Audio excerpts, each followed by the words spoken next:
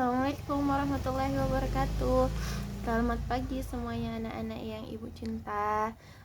Bagaimana kabarnya hari ini? Ibu harap semuanya dalam keadaan sehat walafiat ya. Tetap menjaga protokol kesehatan, selalu cuci tangan, menjaga jarak dan menggunakan masker. Oke, hari ini kita akan mempelajari tentang mengevaluasi fakta dan opini dalam sebuah artikel. Tapi sebelum lanjut ke dalam videonya, ke dalam pembelajarannya, ada baiknya kita berdoa sebelum pembelajaran kita dimulai seperti biasanya ya, agar pembelajaran kita dimudahkan dan diberkahi oleh Allah Subhanahu wa taala. Baik, berdoa dimulai.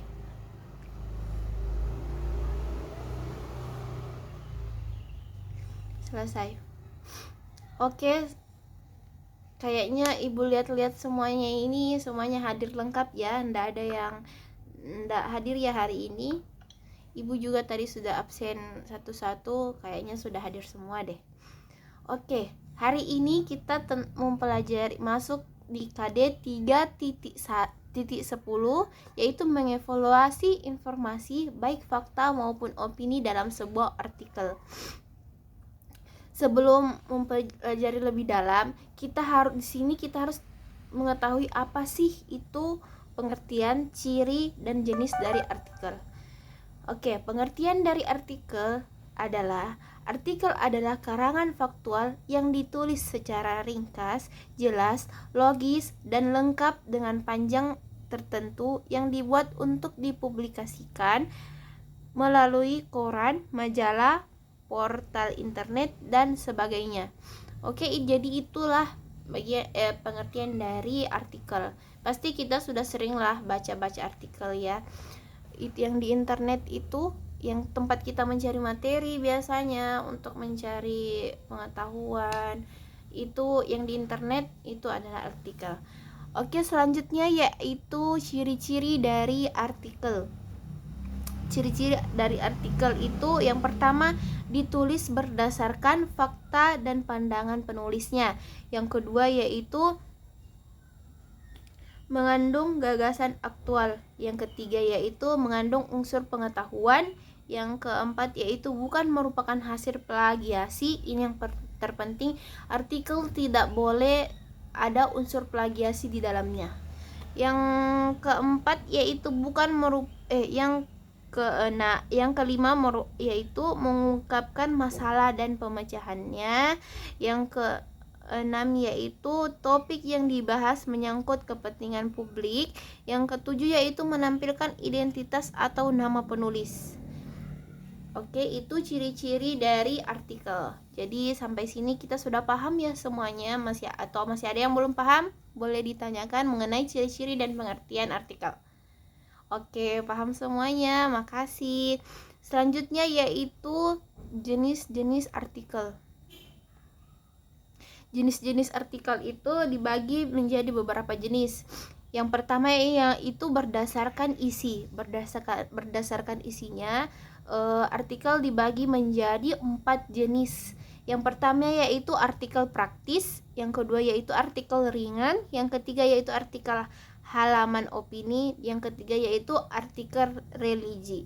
Jadi berdasarkan isinya kita sudah pahami ya, seperti artikel ringan berisi tentang apa, artikel halaman opini berisi tentang apa, dan artikel religi berisi tentang apa. Selanjutnya yaitu berdasarkan sudut pandang penulis. Berdasarkan sudut pandang penulis, jenis-jenis artikel juga terbagi menjadi 4. Yang pertama yaitu artikel deskripsi, yang kedua yaitu artikel eksplanatif, yang ketiga yaitu artikel prediktif, yang keempat yaitu artikel preskriptif.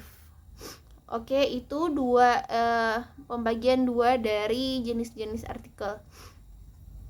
Adapun pengertian dari artikel praktis, yaitu artikel praktis lebih bersifat petunjuk praktis tentang cara melakukan sesuatu, how do it, misalnya cara install komputer, cara melakukan cara merawat kulit, yang seperti itu.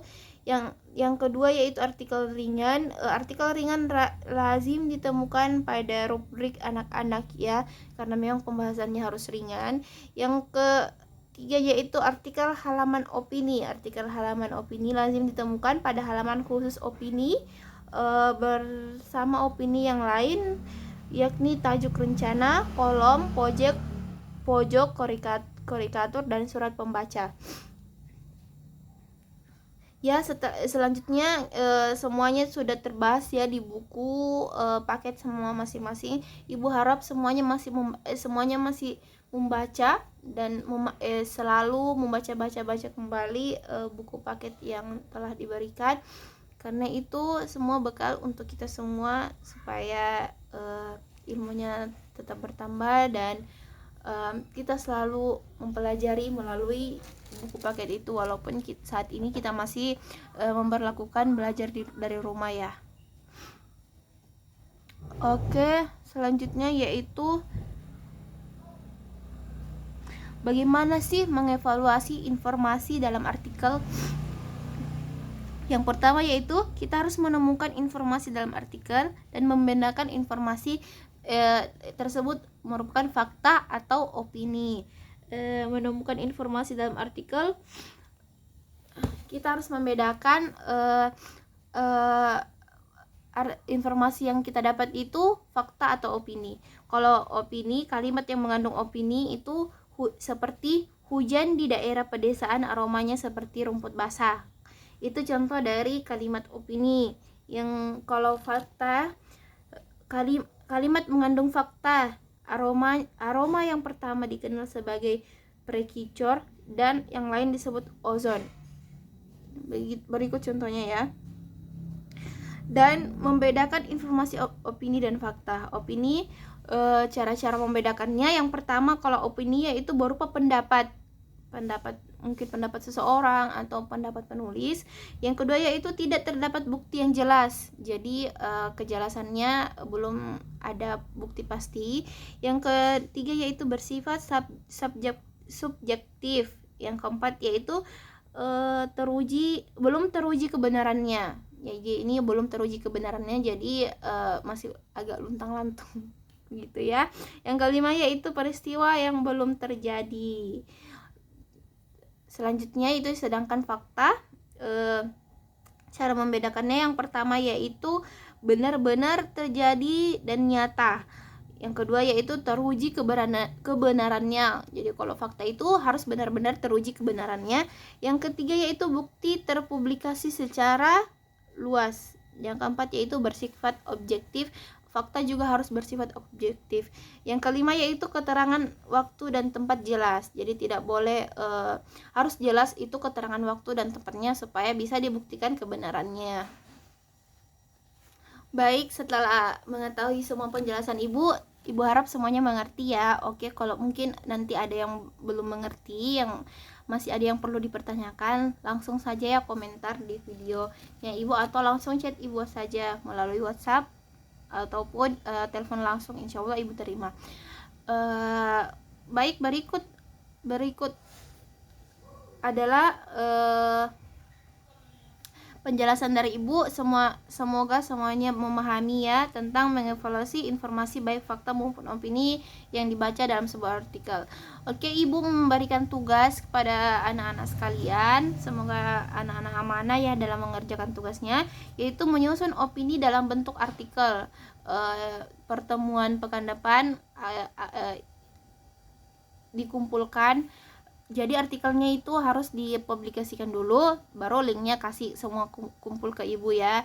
Jadi Ibu nanti menilai bagaimana artikelnya. Baik semuanya, untuk hari ini itu aja dulu. Selamat mengerjakan tugasnya. Jadi kalau ada yang belum dipahami atau yang mau dipertanyakan, silakan langsung chat saja Ibu ya. Insya Allah Ibu akan jawab. Baik, untuk hari ini itu saja dulu. Terima kasih semua atas perhatiannya. Semoga pembelajaran kita dipermudah dan diberkahi sama Allah ya selama pembelajaran kita ini. Baik, Ibu menutup dengan mengucapkan salam dan terima kasih banyak kepada anak-anak yang sudah memperhatikan. Wassalamualaikum warahmatullahi wabarakatuh.